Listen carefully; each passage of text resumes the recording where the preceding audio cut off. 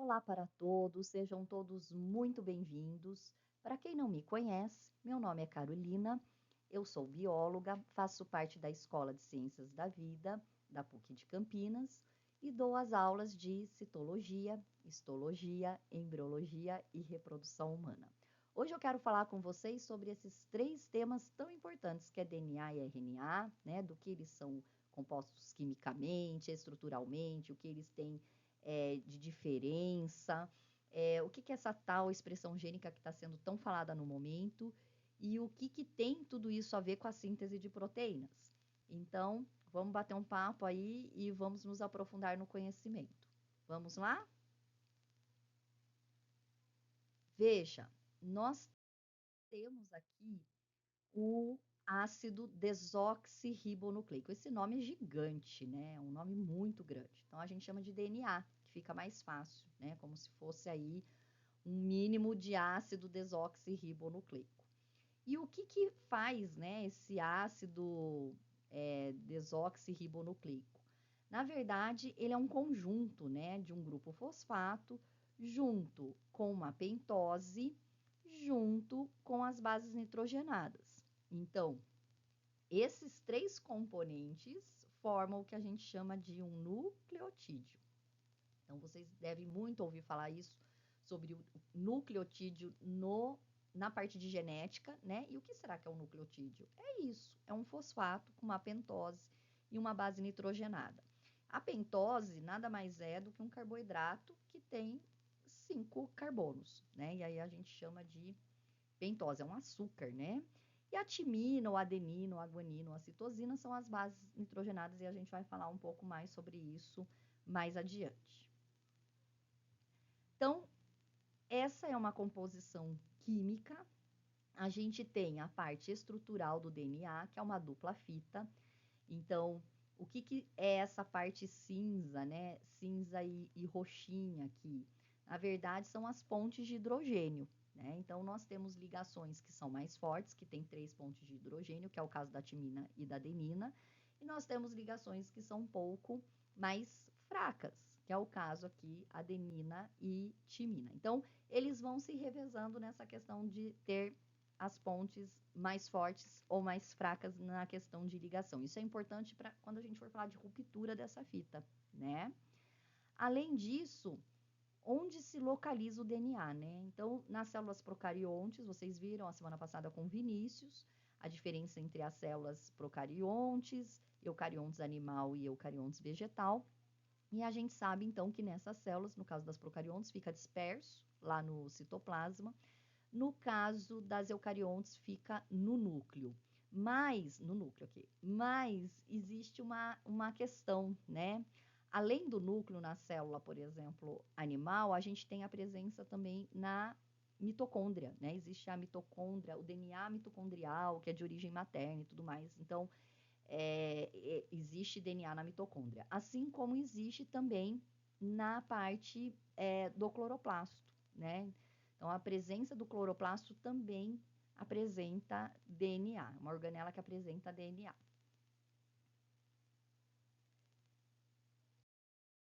Então, para resumir tudo isso que a gente estava vendo nas imagens, a gente tem aqui, né, a composição dos cromossomos, que são formados, né, tem os genes que vão estar inseridos nos cromossomos, as bases nitrogenadas.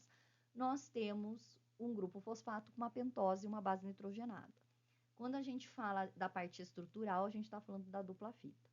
A função é informação hereditária e síntese de proteínas. Então, aquele tema da síntese de proteínas tem a ver com a parte do DNA, né?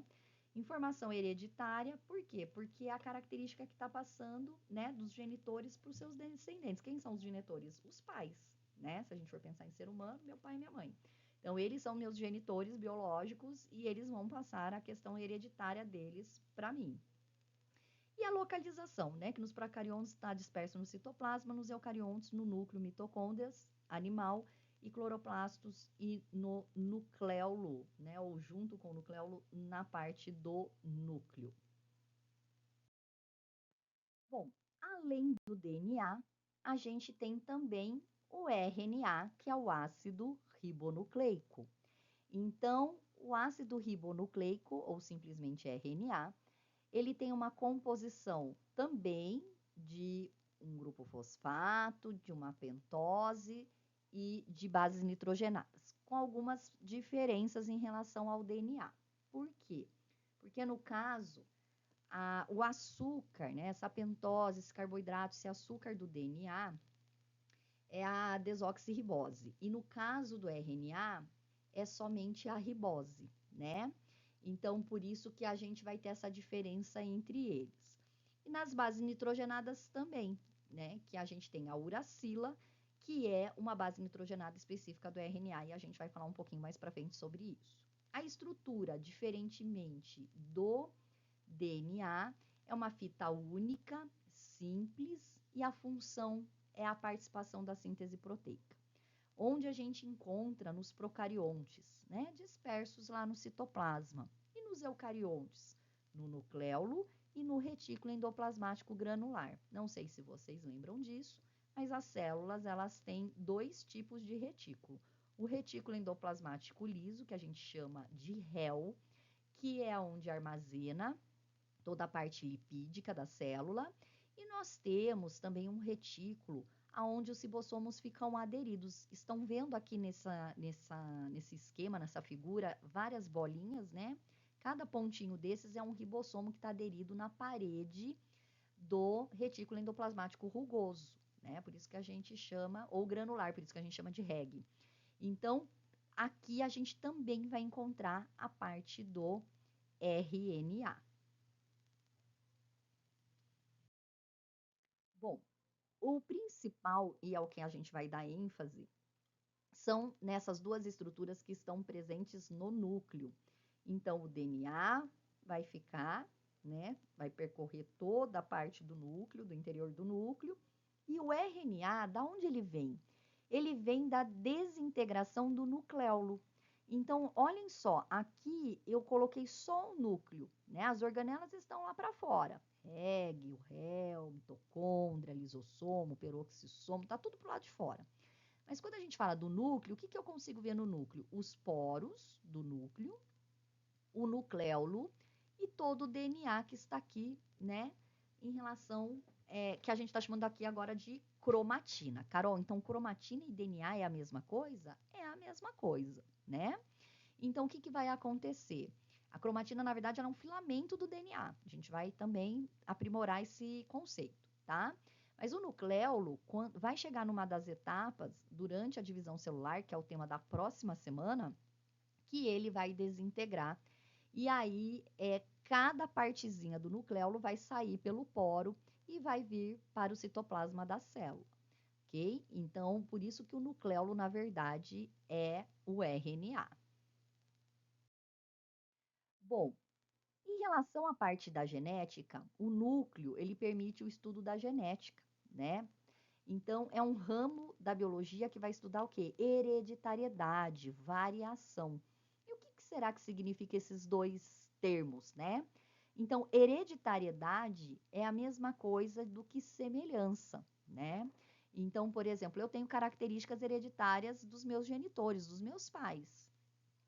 Porém, embora eu e minha irmã sejamos filhas do mesmo pai e da mesma mãe, nós não somos gêmeas.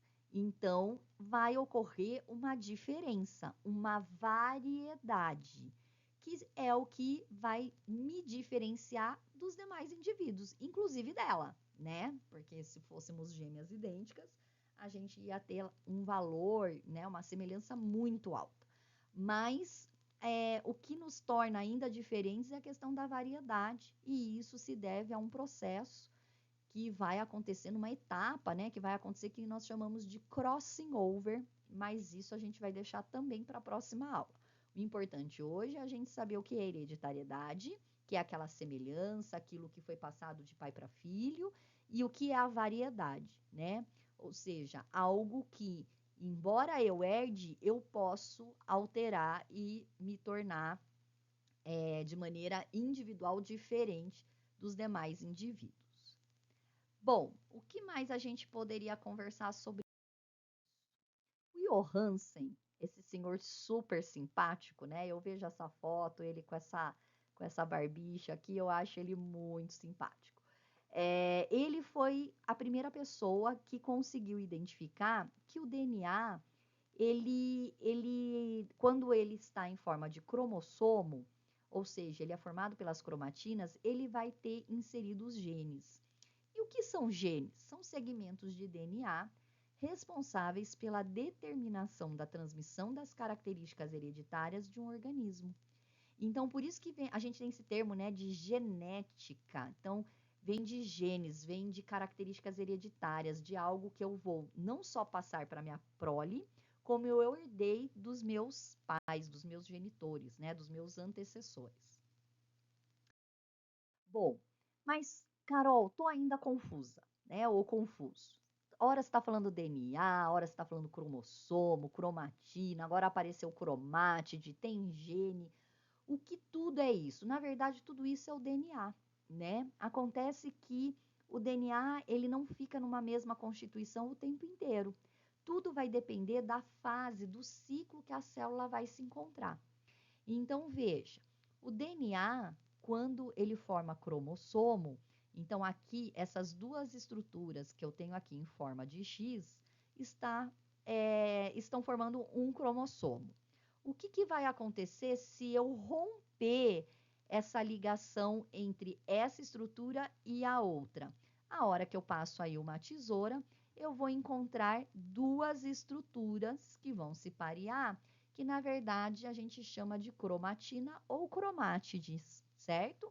Então, esse cromossomo tem duas cromátides, este cromossomo tem duas cromátides. Ou cromatina, tanto faz. Você pode chamar do jeitinho que for mais fácil para você, tá? Então, mais uma observação.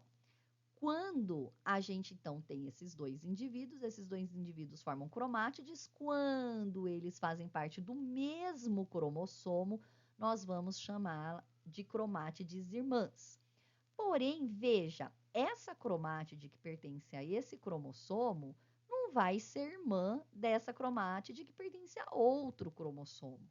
Então, nesse caso, nós chamamos apenas de cromátides homólogas. Então, o que é cromátide irmã e cromátide homóloga? Ora, se eu tenho duas cromátides no mesmo cromossomo, eu tenho cromátides irmãs. Se eu tenho cromátides que têm origem de cromossomos diferentes, então eu tenho cromátides homólogas. Além disso, esses cromossomos, esse par de cromossomos, nós chamamos de cromossomos homólogos. Carol, por que par de cromossomo? Porque, veja, no nosso cariótipo, nós temos 23 pares de cromossomos ou 46 cromossomos, certo? Estou falando da espécie humana. Então, veja, esses 23 pares significa que metade tem uma origem, por exemplo, paterna, e a outra metade tem origem materna. Então, cada antecessor meu, cada genitor, doou uma parte sua e esses cromossomos, eles se correspondem, né? Então, por isso que eu vou ter lá o par 1, o par 2, o par 3. O que significa? Significa que eu recebi 23 cromossomos paternos que se uniram com 23 cromossomos maternos e vão formar, então, os meus 46 cromossomos ou os meus 23 pares de cromossomos, tá? Então, quando eles são apenas correspondentes, são homólogos. Se as cromátides ou cromatinas são correspondentes, são homólogas. Mas quando elas são do mesmo cromossomo, a gente chama de cromátides ou cromatinas irmãs. E tem mais um detalhe. Dentro dessas cromátides, a gente encontra, né, trechos também de DNA que nós vamos chamar aqui, no caso, de genes. Então, os genes, eles ficam inseridos dentro dessas cromátides. E do que são feitos os genes? Os genes são feitos das bases nitrogenadas, né? Daquele grupo fosfato, junto com a pentose, junto com as bases nitrogenadas, adenina, timina, citosina e guanina, ok? Então, essa visão é muito importante vocês terem para vocês poderem entender como que a gente vai processar o que a gente vai comentar a seguir. Então, veja, a cromatina, que a gente está comentando sobre ela, na verdade, ela tem uma classificação e essa classificação é relacionada à condensação. Então, se vocês olharem esse esquema, o que, que vocês conseguem ver? O poro do núcleo, certo? Aqui tudo é citoplasma. O poro do núcleo, a gente consegue ver uma região aqui de cromatina, que está bem clarinha, e uma outra região, algumas manchas mais escuras, que são cromatinas também. Mas elas vão estar num outro tipo de condensação. Então, por isso que a gente fala que a cromatina, ela vai ser classificada em relação à condensação, lembrando que quando ela for heterocromatina, quem que é a heterocromatina? É a parte da fita do DNA que vai estar enovelada, condensada. Então, é a parte que eu vejo aqui que é toda essa mancha escura, né? Essa parte são as cromatinas que vão estar em heterocromatina. E a parte que tá clarinha aqui, que tá mais branca, né? Na verdade, um acinzentado aí por conta da imagem. Mas essa parte mais clara, o que, que seria? Também é a cromatina, só que ela está na outra classificação, ou seja, em eucromatina. Eu é um prefixo do latim que significa em verdade, verdadeiro, né? Tanto que a gente conjuga no verbo eu, né? Então, eu em verdade. Então, a cromatina verdadeira é a fita que vai estar desenovelada, não condensada. E aí, o que, que a gente tem? Se essas cromatinas elas estão ativas ou inativas para que ocorra a síntese de proteína. Então, quando ela está em heterocromatina, ou seja, quando ela está toda enovelada, ela está inativa para fazer síntese de proteínas. Mas quando ela está em eucromatina, então ela está apta a estar, né, está apta, está ativa para que ocorra a síntese de proteínas. Então, vejam, cromossomos, os genes, os ácidos nucleicos. Quando a gente fala de ácidos nucleicos, eu posso ter dois. Ou eu tenho o ácido nucleico DNA, ou eu tenho o ácido nucleico RNA. O que os difere? É que o DNA ele é um ácido desoxirribonucleico. E quando eu falo de RNA, eu estou falando de um ácido ribonucleico. Simples assim, ok? Além do mais, o que, que a gente tem aqui? Tanto o DNA como o RNA, eles vão apresentar esse agrupamento entre o fosfato, a pentose, né, que é um carboidrato de 5 carbonos, e mais uma base nitrogenada. Tem um detalhe aqui que é importante. Quando eu tenho só a base nitrogenada conectada numa pentose, eu tenho o que eu vou chamar de um nucleosídeo. Agora, quando tudo isso junta com fosfato, aí a gente vai chamar de nucleotídeo. Então, qual seria a diferença entre nucleotídeo e nucleosídeo? É que no nucleosídeo eu não tenho fosfato e no nucleotídeo eu vou ter, ok? Bom, vamos falar um pouco agora ainda do DNA, mas das bases nitrogenadas. Então, veja, no DNA nós temos as bases nitrogenadas purinas ou pirimidinas. Então, quem são as purinas? A adenina e a guanina. Então, vocês veem aqui, ó, fosfato, desoxirribose, adenina. Fosfato, desoxirribose, guanina. Mas nós temos as pirimidinas, que são formadas pela timina e citosina. Então, fosfato, desoxirribose, citosina e fosfato, desoxirribose e timina, né? Então, a diferença aqui das bases em relação, né, as bases do DNA em relação às bases do RNA é que as bases do DNA apresentam menor quantidade de oxigênio que o RNA. Carol, mas agora que você colocou oxigênio, por quê?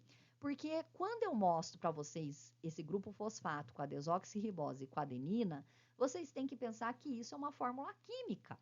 Em toda fórmula química apresenta uma ligação, né? Ou a maioria apresenta uma ligação com oxigênio. Então, isso vai diferenciar o DNA do RNA. Bom, e se fosse o RNA, como ficaria? O RNA, então, tem as purinas, adenina e guanina, e as pirimidinas. Olha só quem entrou aqui, a uracila. Então, sai timina e entra o quê? Uracila. E a citosina que mantém igual para todos eles. Então, vamos ver como ficou aqui no quadrinho? Olha só, fosfato, ribose, adenina. Fosfato, ribose, guanina. Não mudou nada. A adenina e a guanina tá igual do DNA, mas a mudança vai estar aqui, olha só, fosfato, ribose, citosina e fosfato, ribose e uracila. Lembrando que a ribose do RNA também é um carboidrato de 5 carbonos, ok? E nós temos, em relação à composição química das bases nitrogenadas, vejam, a gente vai ter a presença, por que chama base nitrogenada? Porque tem presença do nitrogênio. Então, vocês estão vendo aqui que eu circulei, né, todas as ligações que tem aqui com o nitrogênio, para vocês observarem que todas as bases, adenina, guanina, a timina, a citosina, a uracila, enfim, todas elas vão ter o quê? Presença de nitrogênio. Além disso, vocês precisam se atentar que, no caso das bases das purinas, o que a gente tem aí? A gente tem 2 anéis, então, deixa eu só voltar aqui para vocês, para vocês verem aqui. Ele não está voltando, mas tudo bem. O que eu tenho aqui? Eu tenho 2 anéis. Então, eu tenho um anel que tem 6 átomos, né? Fundido a outro anel com 5 átomos. Então, olha só.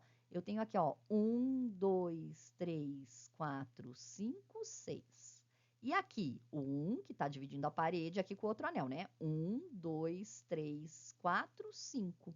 Então, quando eu tenho... Como que eu vou diferenciar uma base da outra? Pela presença ou não dessa fusão desses anéis. Essas outras não vão ter, ok? Então, quimicamente, eles são muito diferentes. Além disso, a gente tem com que as bases, no caso do DNA, elas vão, então, se parear. E esse pareamento ele é importante para essa constituição, né, dessa dupla fita, que foi um modelo proposto por Watson e Crick. Lembrando a vocês que quem viu pela primeira vez o DNA foi a Rosalinda Franklin, porém, quem propôs o modelo da dupla fita foi apenas o Watson e o Crick, tá? Ganharam o prêmio Nobel e tudo mais. Então, vamos ver quem pareia com quem? Vamos ver, para poder montar a dupla fita. Então, vamos ver lá.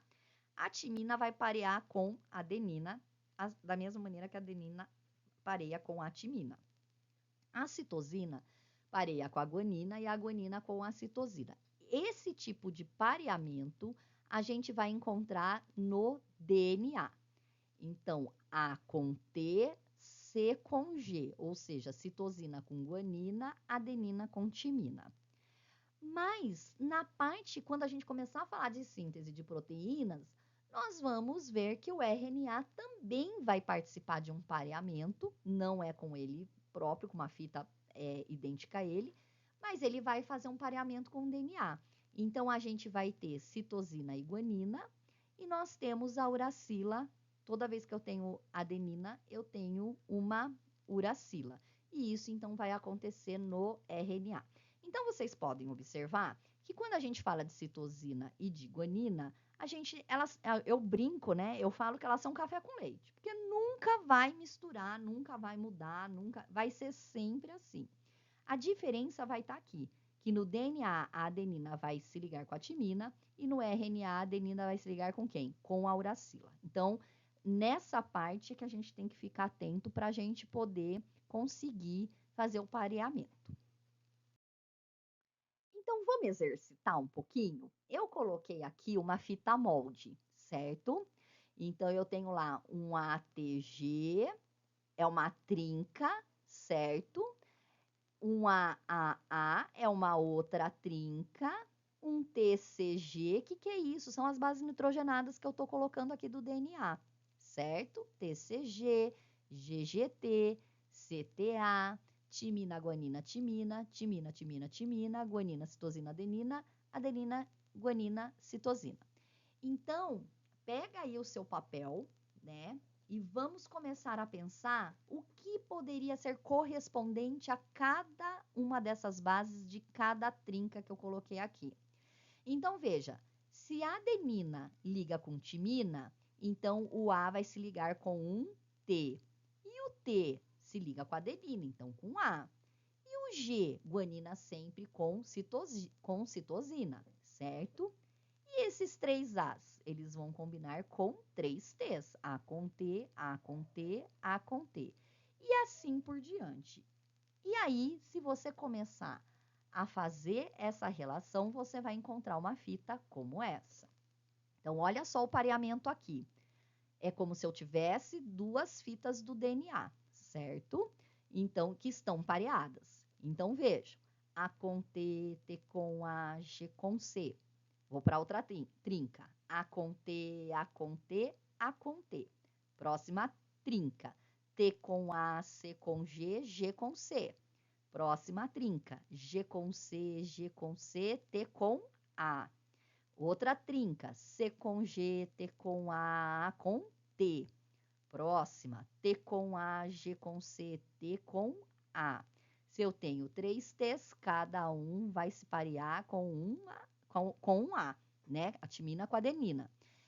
G com C, C com G, A com T. E adenina com timina, A com T, G, guanina com citosina, G com C, citosina com guanina, C com G. Então, se eu tivesse apenas essa primeira fita, eu consigo, então, falar quem é a fita molde correspondente dessa primeira. Se eu tivesse apenas essa, vice-versa. Eu também consigo saber quem é o outro lado que está pareando nas trincas em relação aos pares de base. Mas vai ter um momento que nós vamos falar ainda sobre a síntese de proteínas, onde nós vamos falar sobre o RNA. Então, o RNA, ele vai estar, num dado momento, desconsiderando uma das fitas, e ele vai, então, pegar uma outra fita para quem ele vai começar a se parear. Então, veja, como que vai ficar? Toda vez que eu tiver o T da timina, a timina continua sendo pareada com a adenina. Então, o que vai mudar é quando eu tiver a adenina, porque a adenina vai se parear com a uracila. Então, T com A com U. E C, C com G. Se você observar, a gente tinha, né, A com T, T com A. Agora não. Agora eu tenho T com A, mas eu tenho A com U. A diferença vai estar aqui. C com G, 3 T's, 3 A's. AGC, UCG, C com G, C com G, A com U. G com C, A com U. T com A com U, C com G, A com U. 3 As com 3 Us. AU e AU. C com G, G com C, T com A. E T com A, C com G, G com C. Então, veja, eu fico imaginando que se tiver uma pessoa que não é da nossa área e estiver ouvindo essa aula, vai achar que a gente é tudo maluco, né? Um monte de letra, a gente falando, correspondência e tal. Mas é dessa maneira que funciona, tá? Então, só não confundam isso, que eu tendo timina, a adenina, ela vai entrar. O que no RNA, ela só não vai entrar quando eu tiver a adenina, que daí ela vai ficar com a uracila, ok? Então, isso vocês não podem se esquecer. Bom, e aí? Aí que a gente vai ter um processo de tradução. Então, veja, eu tenho uma dupla fita do DNA, essa fita ela vai ser quebrada e a parte que ficou foi pareada com o RNA. E aí, depois disso, o que vai acontecer? Vai acontecer um processo de tradução. Então, para eu fazer a tradução, eu tenho que pegar cada trinca dessa e ir buscar a parte correspondente numa tabela que já está organizada e que a gente pode só consultar. Então, só para vocês terem uma ideia aqui, né? A tradução é a proteína que está sendo formada. Então, metilizina, serina, glicina, leucina, cisteína, fenilalanina, alanina, serina e faltou um aqui. Ele não está voltando. E mais uma proteína ali que não apareceu. Então, veja, tudo isso está acontecendo por causa dessa letrinha aqui, dessa base nitrogenada, né? E essa parte aqui, essa parte é a parte que está conectando nessas bases nitrogenadas de adenina, timina, citosina, guanina, e se for RNA ainda vai ter a uracila, né? Bom, o que a gente tem? Nós temos o que nós chamamos de códons. Então, vocês precisam saber o que é nucleosídeo, o que é nucleotídeo, o que é cromatina, o que é gene, e agora eu vou falar para vocês dos códons. E o que são códons? Os códons são exatamente essas trinquinhas. Códons lembram código, né? Então, são esses códons que são essas trinquinhas que são formadas de tal maneira que uma mesma proteína, aqui eu tenho a fenilalanina, essa mesma proteína ela pode ter dois tipos de informações que são diferentes. Se a gente pegar a leucina aqui, olha, ela tem dois tipos de estruturas, né? Diferentes. Aliás, ela tem mais, né? Se a gente descer aqui, olha, tem mais 2, mais 4. Então, a leucina, ela pode ter 6 tipos de códigos diferentes. E mesmo esses códigos sendo diferentes, eles vão formar a mesma proteína que a leucina. E isso vai valer para cada uma dos 20 tipos de proteínas que a gente forma no nosso corpo, tá? Essa parte dos códons, dessas trincas, são formados pelo RNA mensageiro durante a síntese de proteínas, que a gente ainda vai falar sobre elas, né? Eu só estou mostrando as informações porque a hora que a gente falar de síntese de proteínas, vocês vão ver o quanto é simples falar em síntese de proteínas, né? Então, primeiro, só que para a gente achar simples, a gente tem que conhecer do que é formada essa síntese. Então, por isso que eu mostrei para vocês primeiro o que é formado o DNA e o RNA. Falei para vocês que essas fitas, elas são formadas por trincas de bases nitrogenadas e que essas trincas se pareiam, que foi o que a gente acabou de fazer nesse último exercício. E agora eu estou falando para vocês que a tradução, né, da onde eu tirei aquela serina. Então, aquela serina eu tirei dessa tabela. A hora que ela fez um desses 4 tipos de códigos, eu identifiquei que é uma proteína que a gente chama de serina, ok? Então, o que acontece? Veja, nós temos essas proteínas que são formadas por aminoácidos. Aliás, a menor unidade de uma proteína é um aminoácido, né? A gente sabe que a menor unidade de uma fonte de carboidrato é quem? É a glicose. A menor fonte de um lipídio é quem? Um ácido graxo ou glicerol. E quando a gente fala de proteína, são os aminoácidos. Então, aqui vocês têm uma lista, certo? De 20 aminoácidos que muitas vezes eles podem ter códigos diferentes, mas formar o mesmo tipo de aminoácido, seja de proteína, ok? Para tanto, para a gente poder fazer essa produção de proteínas, que a gente vai ter? A gente vai precisar de 3 tipos de RNA. A gente tem o RNA ribossômico, que é o que vai de fato fazer a síntese de proteínas, vai produzir as proteínas. A gente tem o RNA mensageiro, que é o que carrega as informações do núcleo, né, do DNA, para o citoplasma, para os ribossomos que estão no citoplasma. E a gente tem o transportador, que ele vai identificar a sequência de aminoácidos e ele transporta do citoplasma para os ribossomos, né, para o RNA ribossômico, realizar a síntese de proteínas. Então, vejam, esses 3 tipos de RNA, embora eles tenham vindo da mesma origem, né, do nucleolo, eles vão executar funções diferentes, mas essas funções elas são complementares. Um complementa o outro e um é dependente do outro, senão eu não consigo ter síntese de proteínas, ou seja, a produção de proteínas dentro da célula. E por que isso é importante? Isso é importante porque são as proteínas formadas que vão dar todo tipo do que a célula vai fazer. Como que a célula sabe o que ela tem que fazer? né? Ela tem que produzir hormônio. Como que ela sabe disso? Então, precisa vir uma informação para ela, e essa informação está lá no núcleo com o DNA. Então, precisa ter todo um processo de síntese de proteínas para que a glândula saiba qual é o tipo de, por exemplo, de hormônio que ela vai fazer, que ela vai produzir. Bom, para isso, esse processo para produzir proteína, nós vamos chamar do dogma central da genética molecular. Então, o que é esse dogma central da genética molecular? Significa que eu tenho o DNA, e o DNA, ele vai participar de um processo de transcrição. Quem vai fazer esse processo de transcrição? O RNA.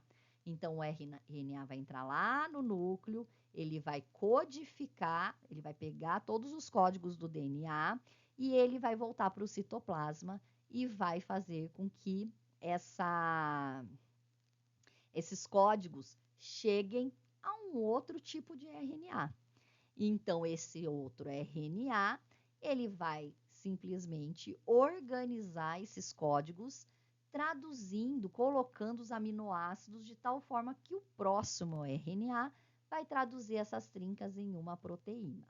Então, esse processo que nós temos aqui é um processo do dogma central da genética molecular, ou seja, RNA transcreve o DNA para o citoplasma e o citoplasma, os outros RNAs, organizam todas as fontes de aminoácidos que são traduzidos pelos ribossômicos numa proteína, ok?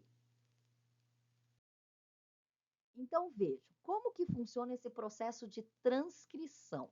Veja, aqui eu tenho uma dupla fita de DNA, certo? E são correspondentes, olha aqui.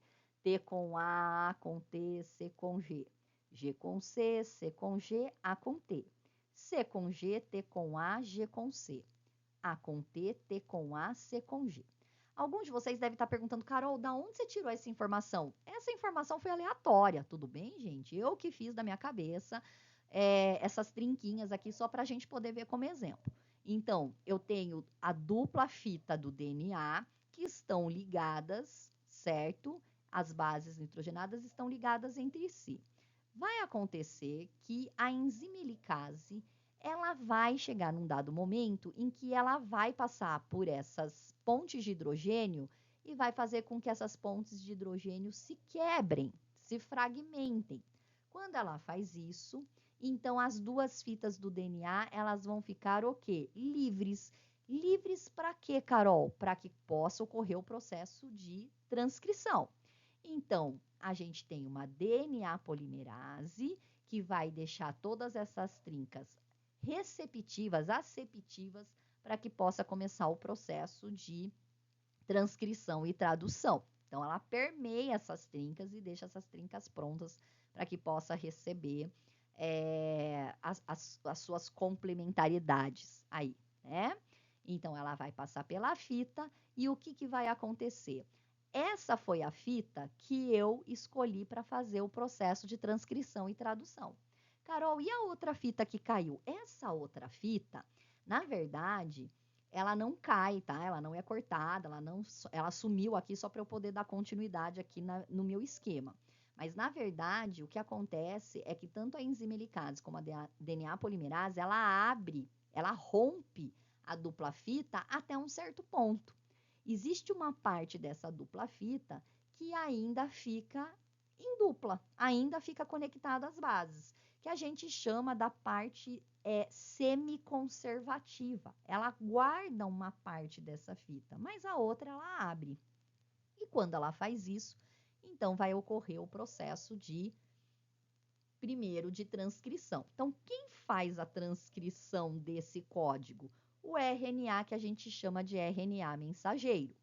Então, o RNA mensageiro, ele vai lá, tá no núcleo, ele vai pegar essas informações e ele vai, então, começar a fazer o processo de transcrição.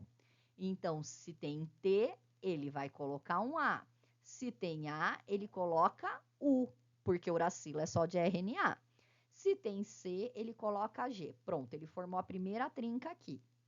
Agora ele vai para a próxima. Se tem G, ele colocou C. Se tem C, ele colocou G. Se tem A, ele colocou U. E ele fecha a próxima trinquinha aqui. Vamos para o próximo. O citosina vai se parear com a guanina, a timina com a adenina e a guanina com a citosina. Então, ele forma uma outra trinca aqui. E fechou. Aqui, adenina com uracila, então A com U, timina com adenina e citosina com guanina, e ele fecha essa trinca.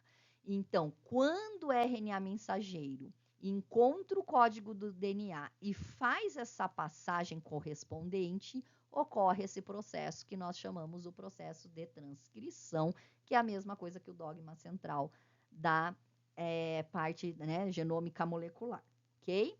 Bom, depois que o RNA mensageiro entrou lá no núcleo, pegou o código e voltou lá para o citoplasma e fez o processo de transcrição, então a gente agora vai precisar que um outro RNA, que é o RNA transportador, ele leve esses aminoácidos, esses conjuntinhos, né, de aminoácidos para o RNA ribossômico produzir quem? Proteína. Então, ao G, lembra lá daquela tabela que eu tinha diferentes códons fazendo a mesma proteína? Então, agora, eles vão pegar cada código desse e vão ver qual é a proteína correspondente. Quem vai fazer isso é o RNA transportador.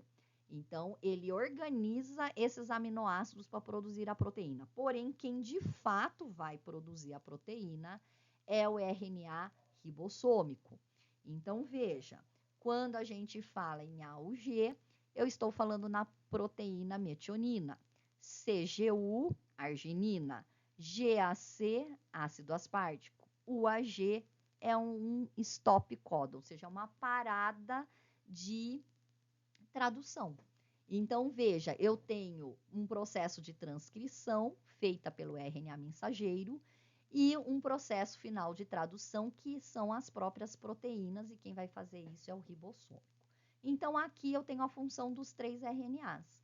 O mensageiro, que vai lá no núcleo buscar a mensagem do DNA, o transportador, que vai pegar essa mensagem que foi transcrita e vai organizar os aminoácidos para formar quem? As proteínas. E quem vai, de fato, operacionalizar, né, sintetizar, produzir essa proteína é o RNA ribossômico. É como se um fosse buscar a mensagem, o outro organizasse, o outro vem e faz a produção, tá? Então, esse T maior a gente chama de transcrição e esse T menor a gente chama de tradução. Então, vejam, os cibossomos, eles são, na verdade, RNAs. Então, no caso dos mensageiros, eles codificam proteínas, e por isso que a gente fala que os RNAs mensageiros, eles têm uma função informacional. Quando a gente fala dos RNAs transportadores, e é por isso que tem esse Tzinho aqui do lado, certo? Deixa eu acionar aqui meu laser pointer. Então, tem o transportador aqui. O que acontece? Eles transportam aminoácidos para formarem uma proteína e, portanto, essa proteína vai ter uma relação para eles de funcionabilidade. Então, vai ser funcional. O RNA transportador, ele organiza, ele transporta esses aminoácidos e ele é algo funcional. E depois nós temos os ribossomos, os RNAs ribossômicos, né? Que são aqueles, né? O caso clássico, olha essa imagem aqui, que é uma imagem de microscopia eletrônica de transmissão, aonde a gente consegue ver, né? Esse conjuntinho, parece um colarzinho de pérola, mas na verdade cada estrutura dessa aqui é um RNA ribossômico. Então, são eles de fato que vão produzir as proteínas, ok? Então, eu queria compartilhar com vocês essa animação que vai mostrar desde o cromossomo até a parte de produção todinha da proteína. Não é um videozinho longo, é um vídeo curtinho. Então, vamos só assistir juntos para que a gente possa ver se de fato a gente compreendeu esse conteúdo. E eu, daí, na sequência, já vou finalizar a minha aula. Vamos lá?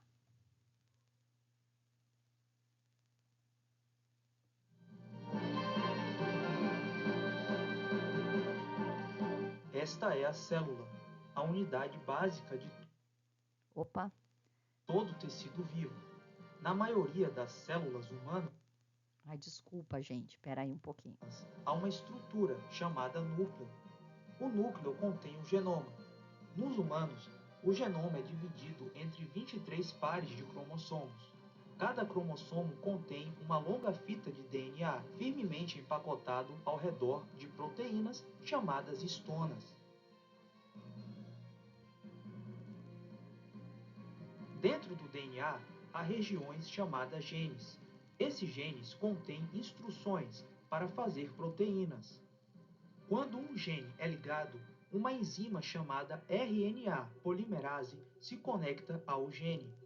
Esta enzima se move ao longo do DNA, fazendo uma fita de RNA mensageiro a partir de bases livres dentro do núcleo. O código do DNA determina a ordem em que as bases livres serão adicionadas ao RNA mensageiro. Este processo é chamado transcrição.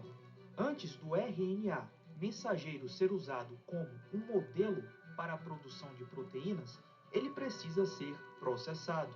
Isto envolve a remoção e a adição de regiões do RNA. O RNA mensageiro se move para fora do núcleo até o citoplasma. Fábricas de proteínas no citoplasma, chamadas ribossomos, se ligam ao RNA mensageiro. O ribossomo lê o código no RNA mensageiro para produzir uma cadeia de aminoácidos. Existem 20 tipos diferentes de aminoácidos.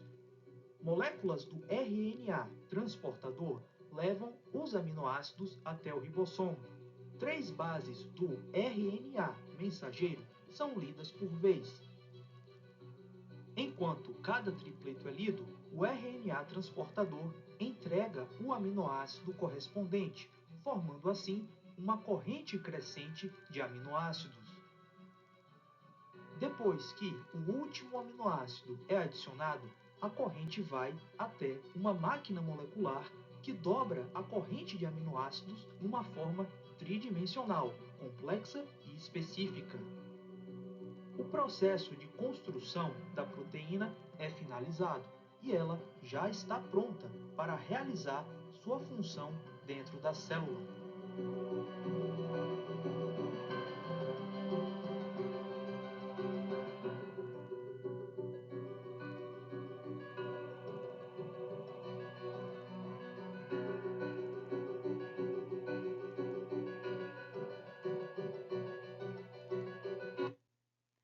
Legal, né, gente? Bem assim didático, né? Então, realmente esse vídeo ele veio aí para fechar toda essa conversa, né, que nós tivemos aqui sobre esses conceitos e e aí eu deixei aqui para vocês. Eu peço desculpa agora no final, gente, que daí eu dei uma, né? Desculpa aí pelo vídeo e agora, mas enfim, eu deixei aqui para vocês um quadro aonde eu tenho todas as correspondências do que é DNA e do que é RNA, certo? Então, olha lá, as bases púricas, adenina e guanina no DNA, adenina e guanina também no RNA, as bases piramídicas, citosina e timina, citosina e uracila, certo? As estruturas dupla hélice no RNA cadeia simples, enzima hidrolisante, né? A DNase e a RNase. A síntese, a gente vai ter a participação da DNA polimerase e da RNA polimerase, e a ocorrência, no caso do DNA, está no núcleo, está no cloroplasto, está na mitocôndria, no centríolo, certo? E no caso do RNA, no cléulo e nos ribossomos, ok? Eu deixei para vocês 6 perguntinhas como um exercício de fixação e no caso eu vou deixar todas as instruções lá no Canvas em relação a vocês também usarem essas questões como uma atividade nas horas autônomas que vocês têm. Tudo bem? Então, eu espero que vocês tenham compreendido de alguma maneira, que vocês tenham entendido, né, todo esse processo, enfim, como que ele acontece, por que que ele tem que ser dessa maneira, né, e as funções de fato do DNA e o RNA. Porque na nossa área de saúde são os dois elementos que vão o tempo inteiro permear aí os nossos estudos, né? Tudo envolve DNA, tudo envolve RNA. Então, pensem, aqui a gente conversou quando tudo isso ocorre de maneira orquestrada, organizada, equilibrada, né?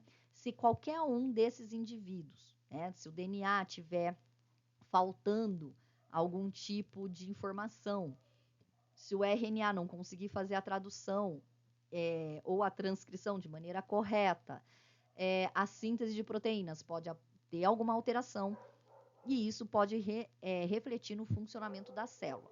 Vocês sabem que um conjunto de células forma um tecido, um conjunto de tecidos forma um órgão, um conjunto de órgãos forma um sistema, um conjunto de sistemas forma um indivíduo. Então, vamos voltar? Se eu tenho uma síntese proteica que não deu certo, isso vai interferir no funcionamento de uma célula, e se isso for sendo replicado, eu posso ter um tecido que não vai cumprir a função ao qual ele precisa. Isso vai deixar um órgão deficiente, e esse órgão deficiente vai comprometer um sistema. E esse sistema, a gente sabe que os nossos sistemas do corpo, eles são interligados, e isso pode refletir em alguma alteração, em alguma doença, enfim, em algo que pode vir a dar errado. Tudo bem? Então, é importante a gente ter essa visão do macro, do sistema, de como que funciona e tudo mais, mas a gente precisa saber que muitas dessas alterações que nós vemos na parte macroscópica, ela vem de uma origem microscópica, molecular, genética, e que pode aí, né, como a gente falou, da hereditariedade, passando essa função errada e isso ir se propagando. Tudo bem? Então, até o nosso próximo encontro. Semana que vem a gente vai trabalhar uma área, uma disciplina que é muito bacana, que é mitose, meiose, período interfásico. E aí a gente vai conversar um pouquinho mais sobre isso. Tudo bem? Um grande abraço para vocês, ótimos estudos e qualquer dúvida é só chamar pelo Canvas. Grande abraço, bom fim de semana, tchau, tchau.